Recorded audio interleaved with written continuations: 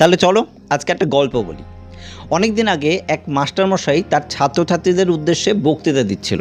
তো তার বক্তব্য শেষে মাস্টারমশাই বলল যে আজকে আমি ভীষণ পরিমাণে খুশি এবং খুব ভীষণ পরিমাণে আনন্দিত। তো সেই বলে সে তার পকেট থেকে একটা 500 টাকার নোট বের করলো করে এবং বের করে বলল যে এই 500 টাকার নোটটা আমি তোমাদের মধ্যে কোনো একজনকে দিতে চাই। দেখো এই যে নোটটা কত করে, এই নোটটা আমি তোমাদের মধ্যে কাউকে একজনকে দিতে চাই, তো বলো কে নেবে। এটা শোনার সঙ্গে সঙ্গে প্রায় সমস্ত ছাত্রছাত্রী হাত তুললো যে আমি নেব। এবং এটা বলতে বলতে মাস্টারমশাই বলল যে ঠিক আছে। এইটা বলে সে এই নোটটাকে এইভাবে কুঁচকে দিল এবং কুঁচকে দেওয়ার পর বলল যে এই নোটটা তো এখন কুঁচকে গেছে, তাহলে বলো এটা কে নেবে।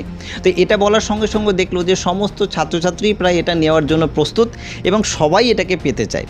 তো মাস্টারমশাই বলল ঠিক আছে, তাহলে আমার আরেকটু কাজ বাকি আছে। সেটা বলে সে নোটটাকে এরকমভাবে মাটিতে ফেললো এবং এটার সঙ্গে আরও অনেক নোংরা লাগালো, ধুলো লাগালো, ইত্যাদি লাগিয়ে তারপরে এই নোটটাকে তুললো এবং তুলে বলল যে এখন তো এই নোটটা কুঁচকে গেছে এবং এটার মধ্যে ধুলো লেগে গেছে, তো এবার বলো এই নোটটাকে আর কেউ নিতে চাও। তো এইবারও দেখা যাচ্ছে যে সমস্ত ছাত্রছাত্রী হাত তুলেছে এবং তারা সবাই বলছে যে হ্যাঁ আমরা নিতে চাই বা আমি পেতে চাই। তখন মাস্টারমশাই নোটটাকে তুলে বলল যে এই নোটটা সম্ভবত তোমরা প্রত্যেকেই পেতে চাইছো বা প্রত্যেকেই নিতে চাইছো। এটা একটা কারণ হলো তোমরা জানো যে এই নোটটা কুঁচকে গেলে বা এটায় ধুলো লাগলেও এর মূল্য বিন্দুমাত্র কমেনি।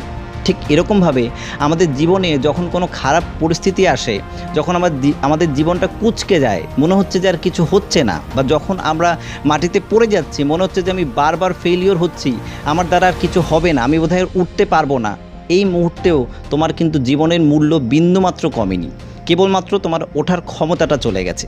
তাই টাকার মূল্য যেরকমভাবে যে কোনো মুহূর্তেই একই রকম থাকে, যে কোনো পরিস্থিতিতে একই রকম থাকে, তোমার জীবনেও খারাপ পরিস্থিতি আসতেই পারে, তোমার জীবনের মূল্যও কিন্তু সবসময় সমান রয়েছে। শুধু জীবনকে মূল্য দাও এবং সামনে এগিয়ে যাও।